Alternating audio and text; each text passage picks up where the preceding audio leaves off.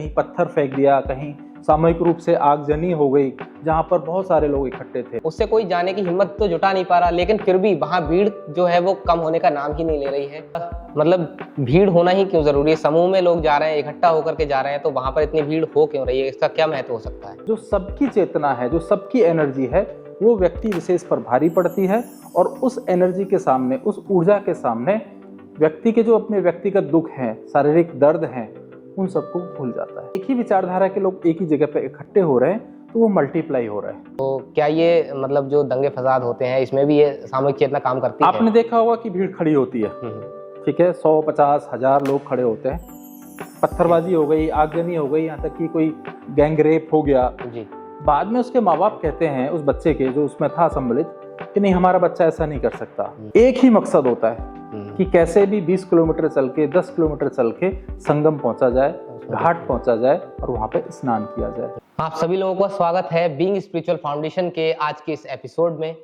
आज हम कुछ ऐसा मुद्दा डिस्कस करने जा रहे हैं जो आप आजकल ट्रेंड में देख रहे होंगे, आप सोशल मीडिया पर भी देख रहे होंगे कि महाकुंभ में बहुत सारी चीजें हो रही हैं, उसके बावजूद लोग महाकुंभ में जा रहे हैं, जाने से उनको कोई तकलीफ नहीं हो रही है। तो इसी मुद्दे को आज हम डिस्कस करेंगे। आज के जो हमारे गेस्ट हैं वो द बीइंग स्पिरिचुअल फाउंडेशन के संस्थापक फाउंडर श्री धर्मेंद्र जी। सर, आपका बहुत बहुत स्वागत है। धन्यवाद। सर, आप भी सोशल मीडिया पर देख रहे होंगे कि लोग सोच रहे थे कि थोड़ा सा भीड़ कम हो जाए तब हम जाएंगे। मतलब जाने के लिए मतलब कोई जो सोशल मीडिया पे चीजें आ रही हैं उससे कोई जाने की हिम्मत तो जुटा नहीं पा रहा, लेकिन फिर भी वहाँ भीड़ जो है वो कम होने का नाम ही नहीं ले रही है। फिर भी बहुत सारे लोग बहुत सारी संख्या में वहाँ पहुँच रहे हैं। तो इसका क्या कारण हो सकता है कि लोग वहाँ जा रहे हैं, हिम्मत जुटा पा रहे हैं वहाँ जाने की?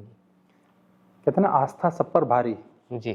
तो लोगों की आस्था इतनी प्रबल हो चुकी है कि उसके सामने अगर किसी को कुछ समस्या लग भी रही है कि ऐसा हो सकता है, उसके लिए लोग तैयार हैं। और जब हमारे अंदर आस्था, वो किसी भी चीज की हो सकती है, जब वो हो जाती है तो एक अलग सी शक्ति, कह सकते हैं कि एक हमारा जो सबकॉन्शियस माइंड है वो एक्टिव होता है और हमारे अंदर एक अलग ऊर्जा आती है। ओके। तो सर मतलब भीड़ होना ही क्यों जरूरी है? समूह में लोग जा रहे हैं, इकट्ठा होकर के जा रहे हैं, तो वहां पर इतनी भीड़ हो क्यों रही है? इसका क्या महत्व हो सकता है? देखिए, जब एक ही विचारधारा के लोग एक ही स्थान पर इकट्ठे होते हैं और जिनका मकसद भी एक ही होता है कि आस्था की डुबकी लगाना है जी, तो उसको वहां पर साइंस की भाषा में बात करें तो उसको कहते हैं क्यूमुलेटिव कॉन्शियसनेस। ओके। सामूहिक चेतना। सामूहिक चेतना। ऐसे मान लीजिए कि एक बल्ब 100 वाट का प्रकाश दे रहा है, ठीक है, और वहीं पर लाखों बल्ब 100 वाट के इकट्ठे हो जाएं तो वहां पर कैसा प्रकाश होगा? ठीक वैसे ही ठीक जब वहां पर हर कोई एक आस्था के साथ जा रहा है कि उस गंगा में, पवित्र गंगा में डुबकी लगानी है और उस भगवान के, जो कह सकते हैं, उसकी एनर्जी को महसूस करना है, तो वहां पर जितने भी लोग जा रहे हैं सबकी एक एनर्जी है। तो एक ही दिशा में उसी स्थान पर उस ऊर्जा का प्रवाह इतना ज्यादा है कि जैसे ही आप इलाहाबाद में जाएंगे, प्रयागराज में जाएंगे जी, वहां पर घुसने के बाद मैंने बहुत लोगों को देखा है जिनके घुटनों में दर्द है, जिनको कहीं तकलीफ है, यहाँ तक कि कोई हार्ट की उनको प्रॉब्लम है, समस्या है जी, वो सब उसको भूल जाते हैं। ठीक है। एक ही मकसद होता है कि कैसे भी 20 किलोमीटर चल के, 10 किलोमीटर चल के संगम पहुंचा जाए, घाट पहुंचा जाए और वहां पे स्नान किया जाए जी। तो ये जो ताकत आती है, ये क्यूमुलेटिव कॉन्शियसनेस, सामूहिक चेतना, जो सबकी चेतना है, जो सबकी एनर्जी है, वो व्यक्ति विशेष पर भारी पड़ती है और उस एनर्जी के सामने, उस ऊर्जा के सामने व्यक्ति के जो अपने व्यक्तिगत दुख हैं, शारीरिक दर्द हैं, उन सबको भूल जाता है। ओके। और फुल एनर्जी के साथ गंगा में स्नान करता है और वहां से वापस आता है। सर, क्या हम इसको इस तरीके से भी समझ सकते हैं कि ये एक टीम वर्क है कि किसी भी चीज को एक साथ जब हम पुकारते हैं तो वो आसानी से आ जाती है हमारे पास? टीम वर्क का मतलब कि जब एक ही विचारधारा के लोग एक ही जगह पे इकट्ठे हो रहे हैं तो वो मल्टीप्लाई हो रहा है। एक तरीके से ऐसे मान लीजिए कि एक एनर्जी बल्ब दे रहा है और एक महाकुंड, एक जनरेटर वहां पे लगा हुआ है, तो वो जगह जो है पावर जनरेटर है। ओके। वहां पे ऊर्जा का बहुत ज्यादा चुंबकीय क्षेत्र वहां पे बन रहा है और जैसे ही व्यक्ति उसमें जा रहे हैं आनंदित हो रहे हैं।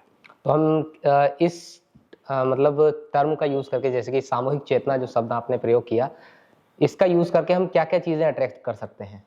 सामूहिक चेतना ऐसे मान लीजिए कि आपने देखा होगा कि आप जब माला करते हैं, कोई भी मंत्र चैंटिंग करते हैं, तो 108 बार कम से कम कहा जाता है कि एक माला आप कम से कम कीजिए जी। लेकिन वही मंत्र चैंटिंग अगर आप ग्रुप में करते हैं तो उस 108 बार भी अगर कर लेते हैं तो कम से कम 10 टाइम्स 100 टाइम्स उसका आपको फल मिलता है। तो कॉन्शियस चेतना अगर एक सही डायरेक्शन में है, एक ही जैसी विचारधारा में है, तो बहुत काम करती है।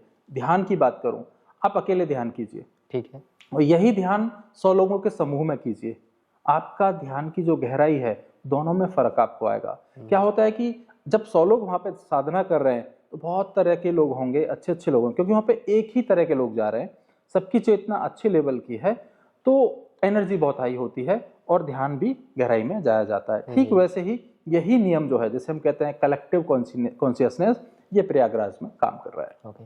तो मतलब कोई भी अगर सामूहिक सम्मेलन वगैरह होते हैं जहाँ पर, तो अगर एक ही विचारधारा है तो वहां पर भी ये चीज चाहे वो स्पिरिचुअलिटी को लेकर हो, चाहे किसी सामाजिक बदलाव को लेकर हो, और चाहे नेगेटिव भी हो, कॉन्शियस जो सामूहिक जो चेतना है ये काम करती है, बहुत जोर से काम करती है। जैसा कि अभी आपने बताया नेगेटिव, तो क्या ये मतलब जो दंगे फसाद होते हैं इसमें भी ये सामूहिक चेतना काम करती है? आपने देखा होगा कि भीड़ खड़ी होती है, ठीक है, 100, 50, 1000 लोग खड़े होते हैं, और उनमें से ज्यादातर तो जो लोग होते हैं, या मैं कहूँगा 20% लोग होते हैं, एक नकारात्मक माइंडसेट के साथ होते हैं, ठीक है, और वो स्टार्ट करते हैं। फिर आप देखेंगे कि उन 20% के साथ बाकी जो 60%, 80% लोग होते हैं वो भी जुड़ जाते हैं। वो भी क्यूमुलेटिव कॉन्शियसनेस, सामूहिक चेतना का ही परिणाम होता है। इसको आप आस्था के साथ जोड़कर पॉजिटिविटी फैला सकते हैं, इसको आप नेगेटिविटी के साथ जोड़कर गलत कामों के मकसद से भी इसको आप कर सकते हैं। जितने भी आप देखेंगे कि कहीं पत्थर फेंक दिया, कहीं सामूहिक रूप से आगजनी हो गई जहां पर बहुत सारे लोग इकट्ठे थे, कभी कभी आपने ऐसा भी देखा होगा कि कोई बड़ा घटना हो गई, पत्थरबाजी हो गई, आगजनी हो गई, यहाँ तक कि कोई गैंग रेप हो गया जी। बाद में उसके माँ बाप कहते हैं उस बच्चे के जो उसमें था सम्मिलित कि नहीं, हमारा बच्चा ऐसा नहीं कर सकता। वो सही कहते हैं। ओके। ऐसा हो सकता है कि उसके बच्चे का माइंडसेट ऐसा ना रहता हो, बट जब वो व्यक्ति उस सामूहिक चेतना में जाता है जो कि नकारात्मक रूप से काम कर रही है, तो वो भी उस पत्थर को उठाने में, फेंकने में पीछे नहीं होता, मतलब हिम्मत आ जाती है, उसके अंदर भी वो हिम्मत आ जाती है, और वो भी बड़े से बड़ा दुर्घटना, बड़े से बड़ा कांड जिसे मैं बोलूंगा, वो कर देता है। तो सर ऐसा क्यों होता है कि जो व्यक्ति अच्छा है उस पर भी इस गलत चीज का प्रभाव आ जाता है? हर चीज देखिए, हर चीज के दोनों पहलू हैं। बिजली है, आप उसे अच्छे से इस्तेमाल करेंगे तो आपको अच्छे अच्छे परिणाम देगी, एसी चलेगा, पंखे चलेंगे, घर की सारी चीजें चलेंगी, और उसी में किसी की उंगली लगा देंगे तो उसके नेगेटिव इफेक्ट भी आएंगे। तो जो चेतना है, जो सामूहिक चेतना है, ये किसी व्यक्ति की नहीं है, ये पूरे ग्रुप की है। अगर वहां पर ज्यादातर लोग एक सकारात्मक परिवर्तन के लिए वहां पर इकट्ठे हुए हैं तो वो परिवर्तन आएंगे। अगर वहां पर नकारात्मक किसी चेंज के लिए इकट्ठे हुए हैं, किसी नकारात्मक, तो वो अंतर आएंगे। तो सर जो साधु संत होते हैं, आपने देखा होगा महाकुंभ की जब शुरुआत होती है तो सबसे पहले साधु संतों को स्नान करने को कहा जाता है, उनको स्नान करने दिया जाता है। तो इसके पीछे क्या कारण है? इसके पीछे एक रीजन तो है कि आप उनको रेस्पेक्ट दे रहे हैं, ठीक है, बट इसका जो आध्यात्मिक रीजन है, इसका जो वैज्ञानिक रीजन है, वो ये है कि जितने भी साधु संत आते हैं वहां पर, वो बहुत दूर दूर से आते हैं, वो पूरे पूरे साल तपस्या करते हैं और कई कई साल तपस्या करते हैं। उनका आभा मंडल अलग लेवल पर होता है। जैसे ही वो पानी में प्रवेश करते हैं, उनकी एनर्जी उस पानी में पहुंच जाती है। तो उस पानी को, वो पानी से एनर्जी नहीं ले रहे, वो तो पानी को और उल्टा चार्ज करते हैं। वो जो गंगा जी का जो जल है उसको और चार्ज कर रहे हैं। उसी एनर्जी के कारण जब लाखों की संख्या में जो लोग वहां पे जा रहे हैं, वो भी वहां से चार्ज होते हैं, एनर्जेटिक होते हैं, और कहा जाता है कि उनके पाप कम हो गए। पाप कम होने का मतलब ये है कि उनका जो आभा मंडल है वो पॉजिटिव हो गया। ठीक है। आपने देखा होगा कि जो हिंदू धर्म में डेट्स भी ना बड़े अच्छे तरीके से आती हैं, हर 10 दिन के अंतराल में आएंगी, हर 8 दिन के अंतराल में आएंगी। लाइक कुंभ अगर चला है 45 दिन चलेगा, तो 3, 4, 15 दिन, 10 दिन के अंतराल पे वो डेट्स आएंगी। उसका रीजन ये है कि आपने पहले दिन साधु महात्मा गए, फिर देखा कि वो बहुत सारे नेगेटिव लोग भी जाएंगे, डिस्चार्ज होगा, फिर 10 दिन बाद फिर साधु महात्मा उसमें स्नान करेंगे, फिर 10 दिन बाद स्नान करेंगे, तो पूरा एनर्जी का एक बैलेंस बना रहता है। इसके पीछे यही वैज्ञानिक रीजन है। ओके सर, ये भी हम सोशल मीडिया पे बहुत ज़्यादा देख रहे हैं कि लोग जो गंगा में नहाते हैं, संगम में नहा रहे हैं, वो अपने कपड़े भी वहीं छोड़कर आ जाते हैं। तो ये एक मान्यता है या ये एक प्रथा है या इसको क्या कहेंगे हम? है ये प्रथा, जो कि अब एक कुप्रथा मैं कहूंगा। ओके। देखिए, इसके पीछे रीजन ये है कि हमारी ऊर्जा हमारे वस्त्रों में ट्रांसफर होती है। ठीक है। जब हम यहाँ से जाते हैं, उन वस्त्रों का हम पहले से इस्तेमाल कर रहे होते हैं, तो जब हम प्योरीफाई होने के लिए जा रहे हैं तो हमें नहाने के बाद तुरंत वही कपड़े नहीं पहनने चाहिए, ये फैक्ट है।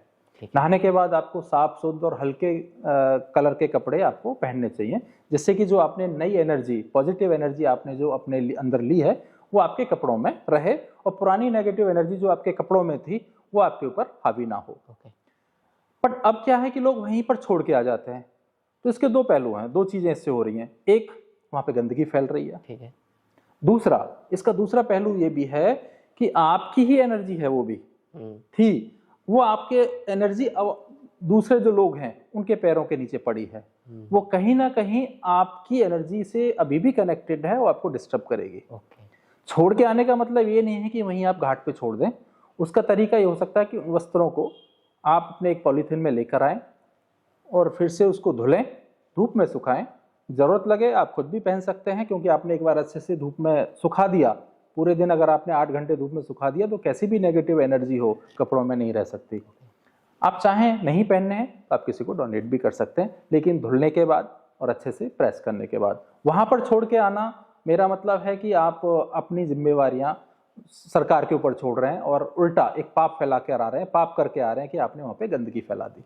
शायद यही कॉन्सेप्ट तंत्र का भी है कि आपके शरीर का अगर कोई भी रिलेटेड चीज है तो उस पे जो इफेक्ट आएगा वो आपके शरीर पे भी बिल्कुल बिल्कुल। अगर आपके तंत्र से आपका इफेक्ट हो सकता है, सेम वे आपकी एनर्जी उन कपड़ों में है, अगर वो एनर्जी का कोई कहते ना बेइज्जती हो रही है, उसके ऊपर कोई चल रहा है, पैर चल रहा है, आपकी एनर्जी को इफेक्ट करेगा। तो ऐसी गलती बिल्कुल ना करें कि आप गंगा जी के किनारे अपना निक्कर छोड़ा है, आपने तौलिया वहीं फेंक दिया, बनियान वहीं पे फेंक दिया, ऐसा करके आप अपनी एनर्जी को आगे तक के लिए खराब कर रहे हैं। तो सर, क्या कुछ ऐसे कुछ खास रिचुअल्स भी होते हैं जिनका हमें ध्यान रखना चाहिए महाकुंभ में स्नान करते वक्त? देखिए, इस जो आपके अंदर श्रद्धा आ रही है वो आपको करना चाहिए। ठीक है। उसको मैंने देखा है कि लोग कई कई अलग अलग तरीके होते हैं, बट हमारे अंदर भाव यही होना चाहिए कि जो पानी है, जो जल है, ये जीवनदायिनी है और हमारे जीवन में इसका बहुत योगदान है। जब आप अहोभाव से भरते हैं, ठीक है, आपका रिचुअल हो गया। उसके तरीके अलग अलग हो सकते हैं। कोई कहेगा कि पहले आचमन करिए, पहले घुसने से पहले नमन कीजिए। जो आपके अंदर भाव आ रहे हैं उसको करते हुए, उसको आपके अंदर अहोभाव आना चाहिए उस जल के प्रति कि यही साक्षात देवता है, देवी है। तो रिचुअल्स भी हमारे द्वारा बनाए जाते हैं, तो बिल्कुल, इसलिए बिल्कुल। हमारे जो भी आप रिचुअल्स दिल से आने चाहिए उनको आपको अच्छे से फॉलो करना चाहिए। तो सर, आज की इस पॉडकास्ट का जो पूरा कंक्लूजन है वो आप बताइए। कंक्लूजन यही है कि जैसे मैंने कहा कि वहां पर एक सकारात्मक, एक सामूहिक चेतना का वो केंद्र बना हुआ है, तो आप अगर जा सकते हैं तो जाना चाहिए। क्योंकि वहां पर जैसे ही आप मैंने बहुत लोगों को देखा है कि जिनको दर्द था वो भी अच्छे जब निकल के आ रहे हैं, उनके अंदर एक अलग ही एनर्जी थी। तो जा सकते हैं तो जाइए, लेकिन इसका मतलब ये भी नहीं है कि आप ट्रेन में जहाँ पर धक्का मुक्की हो रही है उस तरीके से ना जाएं। अगर आपको लगता है कि भीड़ नॉर्मल है, कंट्रोल में है, जाएं। नहीं तो अगर आप कुछ दिनों बाद भी जाएंगे तो भी आपको वही अनुभूति होने वाली है, चिंता की कोई बात नहीं है। तो ज़्यादा एक साथ पूरा रेला बना के ना जाएं, और जाएं तो वहाँ पे कोई गंदगी ना फैलाएं, अपनी एनर्जी को अच्छे से संभाल के वापस आए। तो सर, एक लास्ट क्वेश्चन मेरा कि साधु संत जो हैं, अखाड़े जो हैं, वो अब वहाँ से धीरे धीरे करके प्रस्थान कर रहे हैं काशी की ओर, तो क्या वो जो ऊर्जा है, वो चेतना है, वो अभी भी प्रयागराज में रहेगी?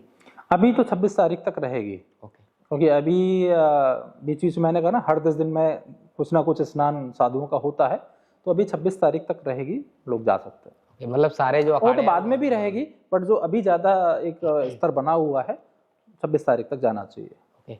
तो इस पॉडकास्ट के माध्यम से मैं तो लोगों से यही कहना चाहूंगा कि अगर आपके पास समय है, धैर्य है, तो महाकुंभ में जरूर जाएं और इस पावन अवसर का लाभ उठाएं। तो सभी लोगों का धन्यवाद। ठीक है। ठीक है।